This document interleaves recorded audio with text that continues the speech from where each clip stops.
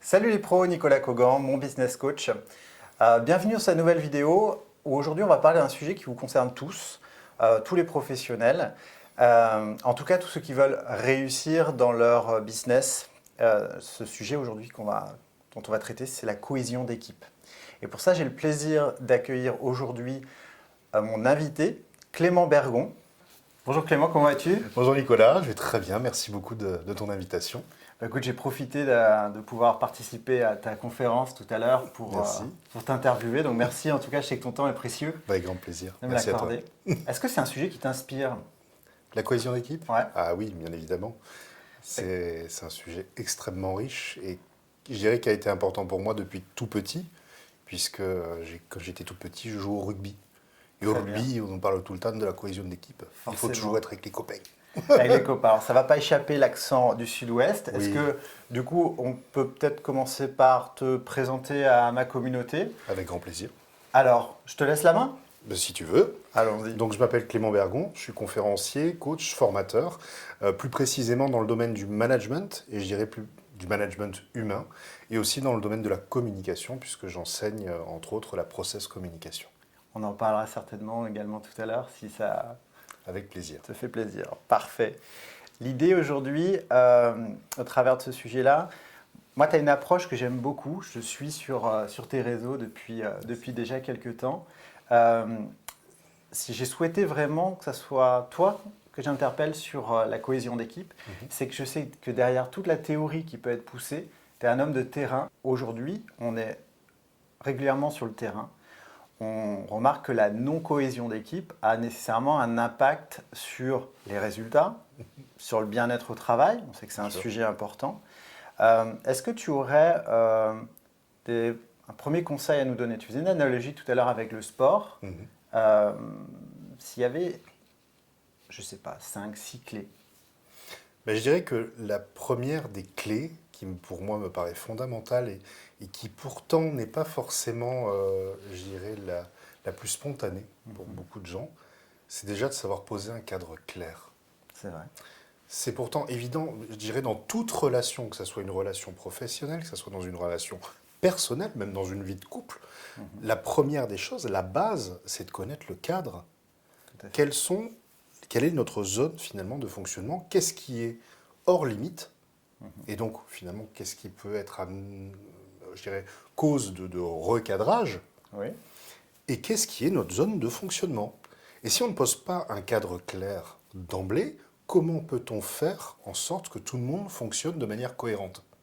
Si personne ne sait, finalement, quel est le cadre de fonctionnement? Quelles Donc sont c'est les déjà la règles? base. Tout à fait. Voilà. Donc ça, je dirais que c'est vraiment les fondamentaux, comme on dit. Il faut toujours poser les fondamentaux. Donc voilà, et soyez clairs sur ce qui est bon pour vous, quelles sont les limites, quelles sont les choses à ne pas dépasser. Alors des fois, on peut mettre aussi en place ce qu'on appelle des cadres poreux. C'est-à-dire que des fois, pour justement avoir plus de créativité dans l'entreprise, amener un peu plus de choses stimulantes, etc., on peut mettre en place un cadre où de temps en temps, on sait qu'il y a des zones où on va laisser sortir un petit peu du cadre pour pouvoir amener à plus de créativité, pour pouvoir amener de la nouveauté. Tout à fait. Mais même ça doit être encadré. C'est-à-dire que, limite, on le dit en amont. Ok, d'habitude, on demande ça. Je dis que ça, c'est la limite. Mais cette fois-ci, j'aimerais qu'on sorte du cadre. J'aimerais justement qu'on aille plus loin. Je vous autorise à. Et c'est la base. C'est Toujours important de poser un cadre. verbaliser en fait ce cadre. Bien sûr. Est-ce que c'est nécessaire systématiquement, d'après toi, de le poser par écrit? Ou c'est quelque chose finalement qui s'incarne, qui se pousse au niveau de son équipe? Pas forcément par écrit. Alors moi j'avais tendance, quand je récupérais une nouvelle équipe, dans mon ancienne vie, quand j'étais manager, en général, la première réunion de prise en main avec mon équipe, c'était une réunion pour poser le cadre. C'est-à-dire, j'expliquais finalement qui j'étais, ce que j'attendais, qu'est-ce qui était OK pour moi et qu'est-ce qui n'était pas OK pour moi. C'est-à-dire que là, si on prend un exemple, c'est une prise de fonction. Aujourd'hui, tu as une équipe, super. Tu vas peut-être arriver sur un terrain, en fait, c'est une création de poste ou une nouvelle équipe, mais tu peux aussi tomber sur un schéma où il y a des anciennes règles qui ont été Bien sûr, posées et bien où il sûr. va falloir conduire peut-être un changement, Bien sûr, tu fonctionnes de la même manière. En fait, tu vas installer le périmètre, le nouveau cadre, exactement. même si, est-ce que ce stade-là, tu sais, tu parlais de frontières poreuses, tu sais, quand tu arrives sur un terrain qui peut-être il y a certains managers qui nous regardent, qui peuvent se dire, oui, mais moi, mon terrain sur lequel j'arrive aujourd'hui, il est lui-même poreux parce qu'il il y a des pièges, je ne sais pas ce qui a été fait avant par l'autre Oui. manager. Tu vas garder, dans tous les cas, ce cadre clair à poser.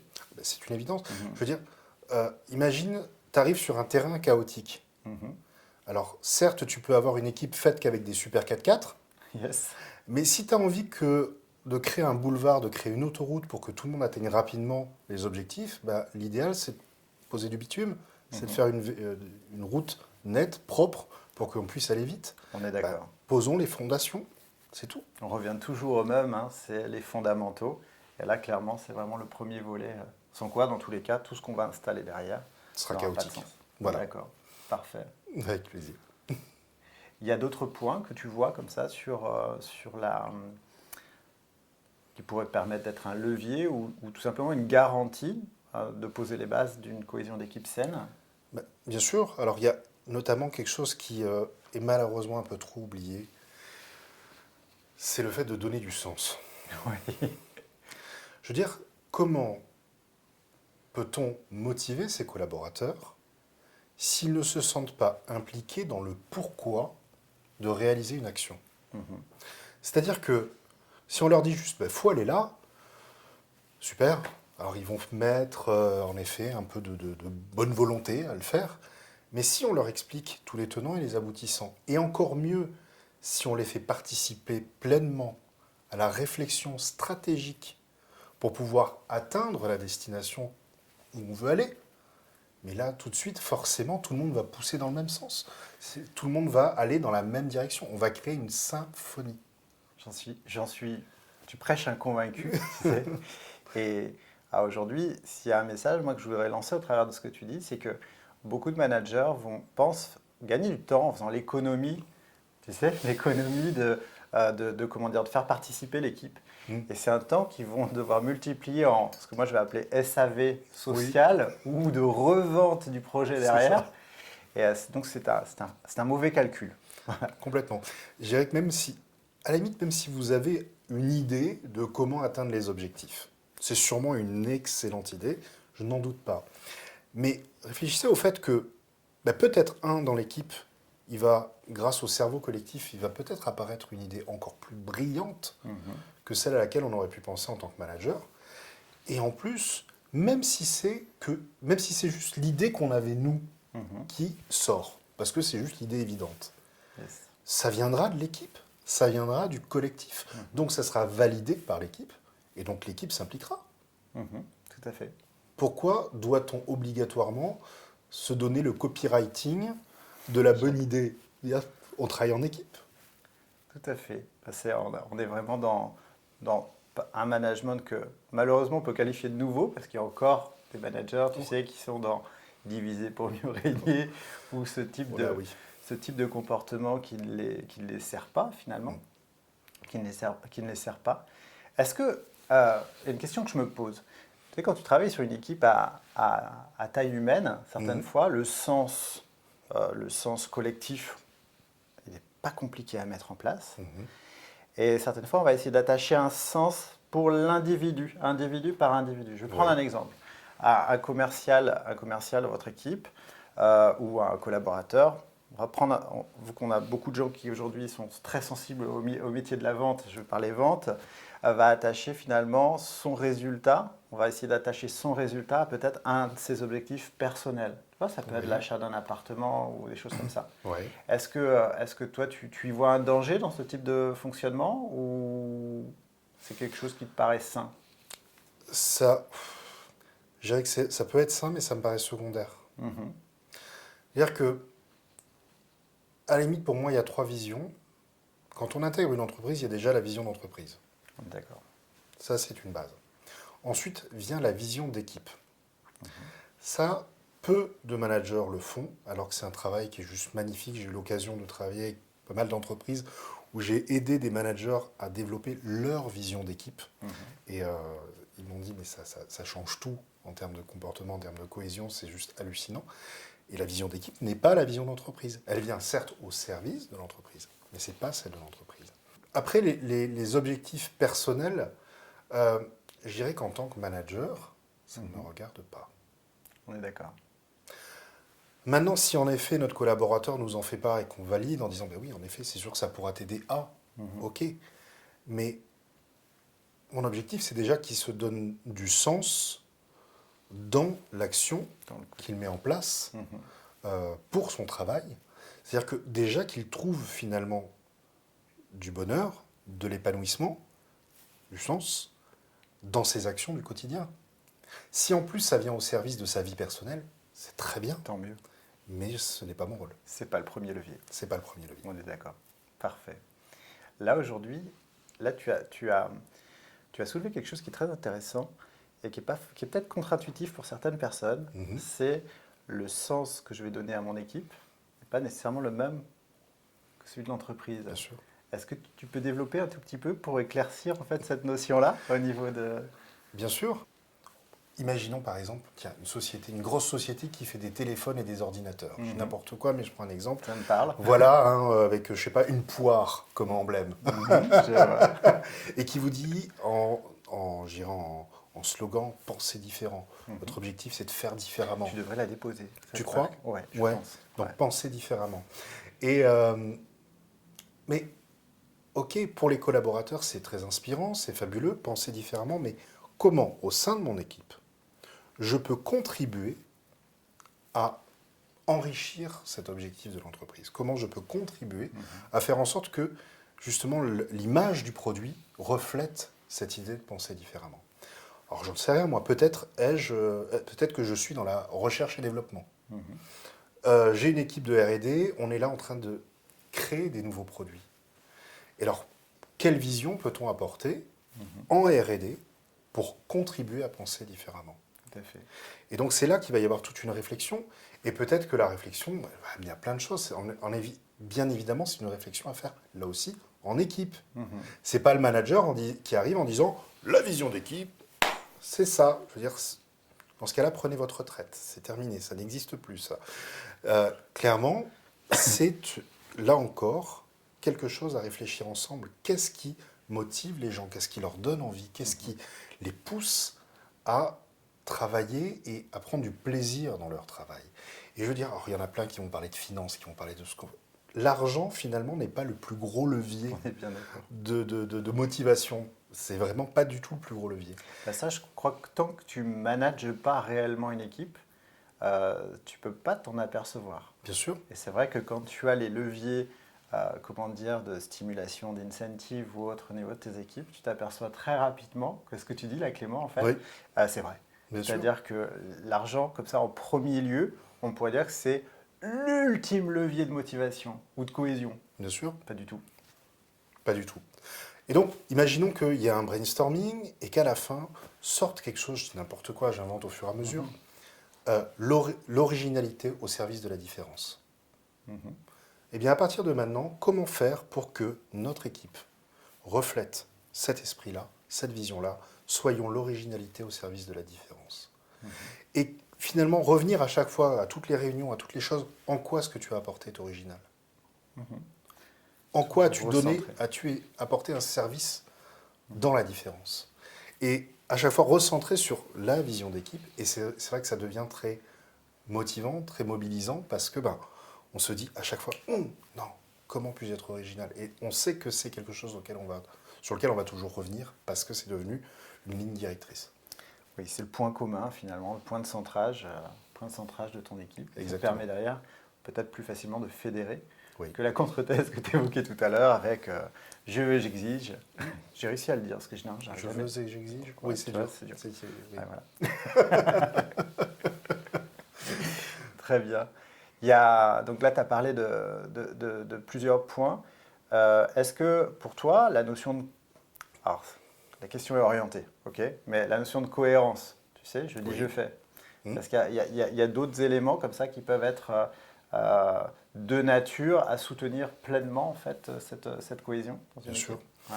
Il y a, Quand on regarde quels sont les plus grands leviers du leadership, alors c'est pas moi qui le dis, ce sont les études notamment. Moi je sais que ma Bible c'est le Harvard Business Review, j'adore le Harvard Business Review. Quand on regarde les études qui sont faites sur le leadership, on sait que le plus grand levier du leadership, c'est la chaleur humaine. C'est-à-dire qu'il y a la chaleur humaine et il y a la compétence perçue. Et je dis bien perçue. C'est pas être juste compétent. On peut être le meilleur du monde si on n'a pas un tant soit peu d'humanité, d'humanisme. On est le meilleur du monde dans son coin et en général, ça crée de la jalousie. Donc pas du leadership. Si on est juste compétent, mais pas humain. Si on est humain, que humain, sans être compétent, ça crée de la pitié. D'accord. Il est bien gentil, il est bien mignon, mais bon, il ne sait pas faire grand-chose. Alors l'idéal, c'est ce juste équilibre entre chaleur humaine, mais on sait que c'est le levier le plus important, et la compétence perçue. Pourquoi je dis perçue? Parce que ce n'est pas juste savoir faire les choses, c'est montrer à ses collaborateurs qu'on est en capacité d'être là s'il y a un problème. Qu'on est là, qu'on est en capacité d'être là s'il y a le feu à la baraque et qu'il faut assurer. Et c'est d'autant plus perçu comme ça si on est là en soutien vis-à-vis de nos collaborateurs pour développer leurs compétences. C'est-à-dire qu'on se met en position de mentor et non plus de consultant. J'entends. C'est là, tu parles dans tes vidéos, je t'ai entendu parler souvent de posture de manager Coach. Là, on est clairement dans le cœur du sujet. Exactement. C'est-à-dire qu'on sait à l'heure actuelle qu'un manager doit consacrer 80%, c'est la loi de Pareto, Toujours. 80% de son temps à l'accompagnement et au développement de ses compétences de ses collaborateurs et à l'implication aussi, à l'implication Après vis-à-vis des cette objectifs. vidéo, je te coupe la parole, regardez votre Google Agenda. Je parle aux managers qui regardent cette vidéo pour voir si vraiment les 80% ne sont pas sur de l'administratif et du reporting. C'est ça. En général, il y a beaucoup de syndrome de réunionnite aiguë. C'est-à-dire qu'on fait des réunions pour justifier plein de choses, je ne sais pas, mais en général, on y perd un temps fou. C'est incroyable. Et voilà, finalement, on passe peu de temps auprès de nos collaborateurs à développer leurs compétences. Et développer les compétences de nos collaborateurs, c'est pas leur donner des bons conseils. C'est apprendre à se taire et orienter la réflexion de notre collaborateur envers une recherche de solutions. Tout à fait. C'est le fameux triangle de Karpman. Persécuteur, victime, sauveur. Si on se met en sauveur et qu'on donne des solutions à nos collaborateurs, en face, on n'aura que des persécuteurs ou des victimes. Tout à fait. Et donc, ils vont arriver en disant, si on leur a donné la solution, comme c'est pas la leur, ils vont pas trop s'impliquer. Donc ils vont revenir, j'ai essayé le truc, mais tu sais, ça n'a pas trop marché. C'est vrai que on passe 80% de notre temps dans ce schéma-là. Bien sûr, bien sûr. Si on regarde finalement, l'exemple que je viens de donner, c'est tout bête, c'est-à-dire qu'au début, on est le sauveur. Donc, au début, pourquoi on s'est mis en sauveur? Peut-être parce que notre collaborateur s'était mis en victime. On dit, voilà, Nico, j'ai pas trouvé, là, j'en ai marre, tu vois, c'est compliqué les objectifs qu'on nous fixe. Alors, on donne une super solution, on met notre super cape de sauveur. Là, le persécuteur, c'est qui? C'est l'entreprise qui donne des objectifs trop importants.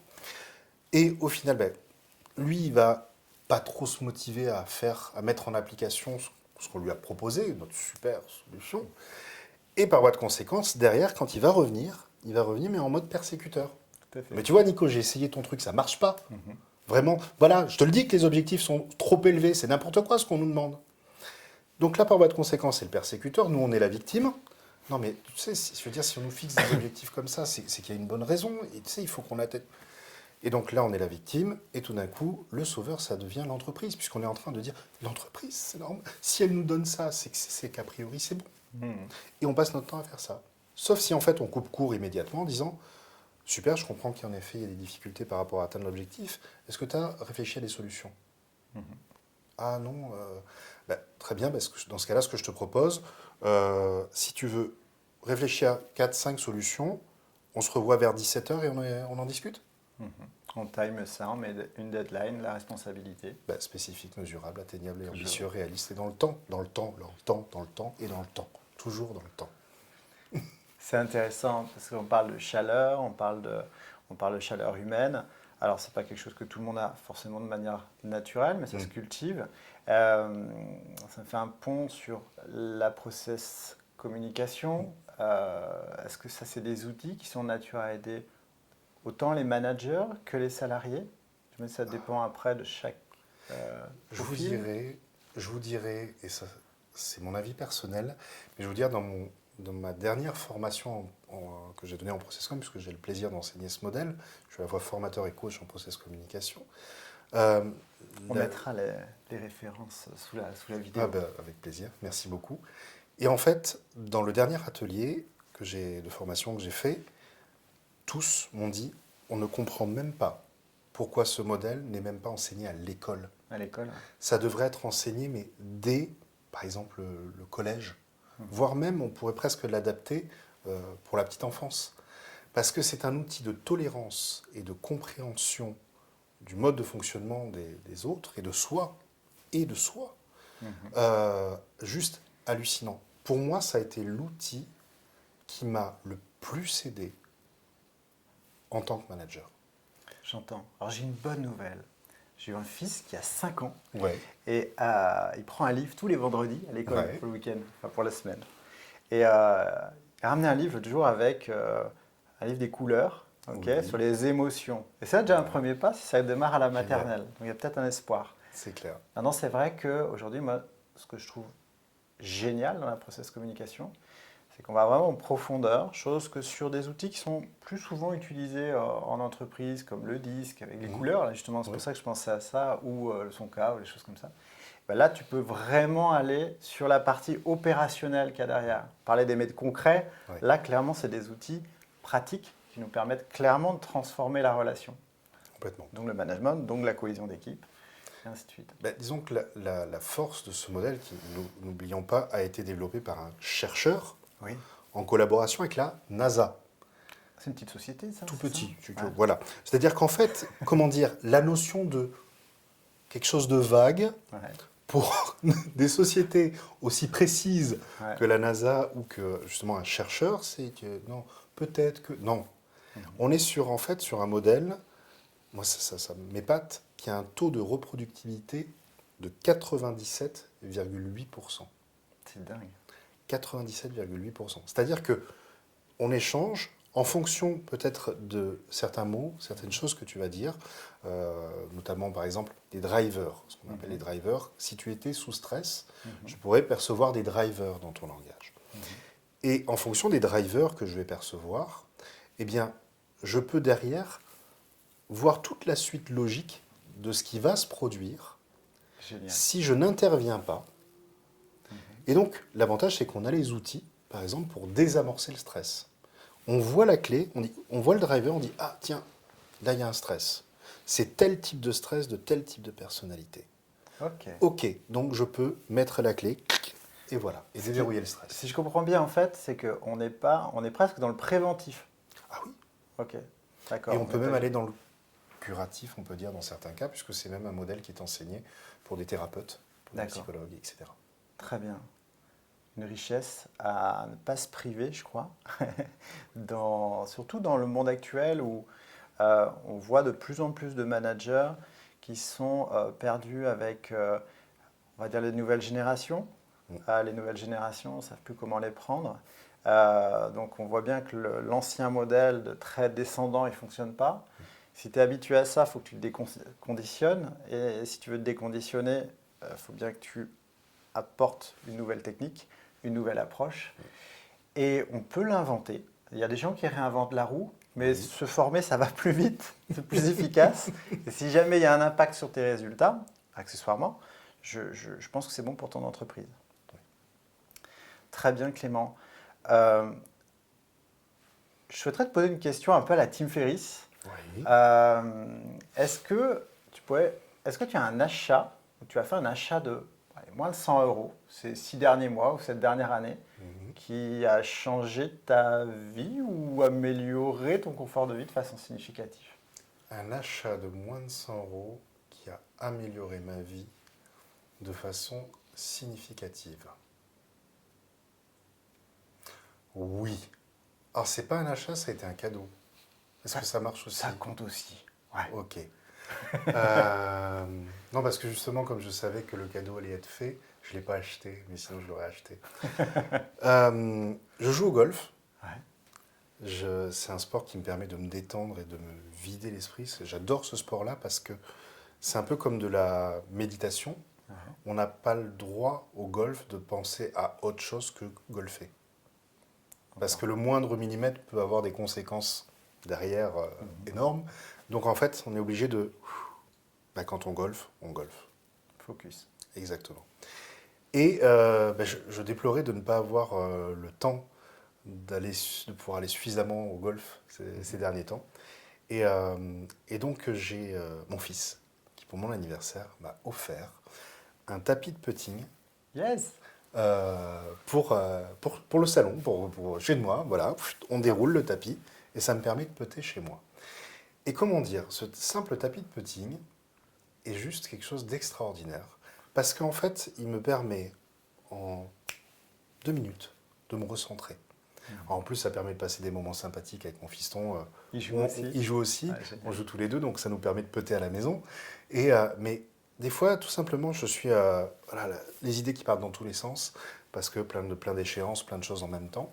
Et tout d'un coup, c'est, prends 5 minutes, va putter. Tac, tac. Yes. Bon, le focus qui revient, et hop, ça me permet de m'y remettre. C'est intéressant parce que souvent quand on parle de levier pour aller mieux, on pense tout de suite à soit des formations excessives, soit à plein de choses. Et on voit que pour moins de 100 euros, quelque part, Oui. les ressources, elles sont, voilà. Et puis des fois pour zéro. Hein. Mais super. Complètement. Merci en tout cas de donner cette petite franche de vie privée, Merci. c'est sympa.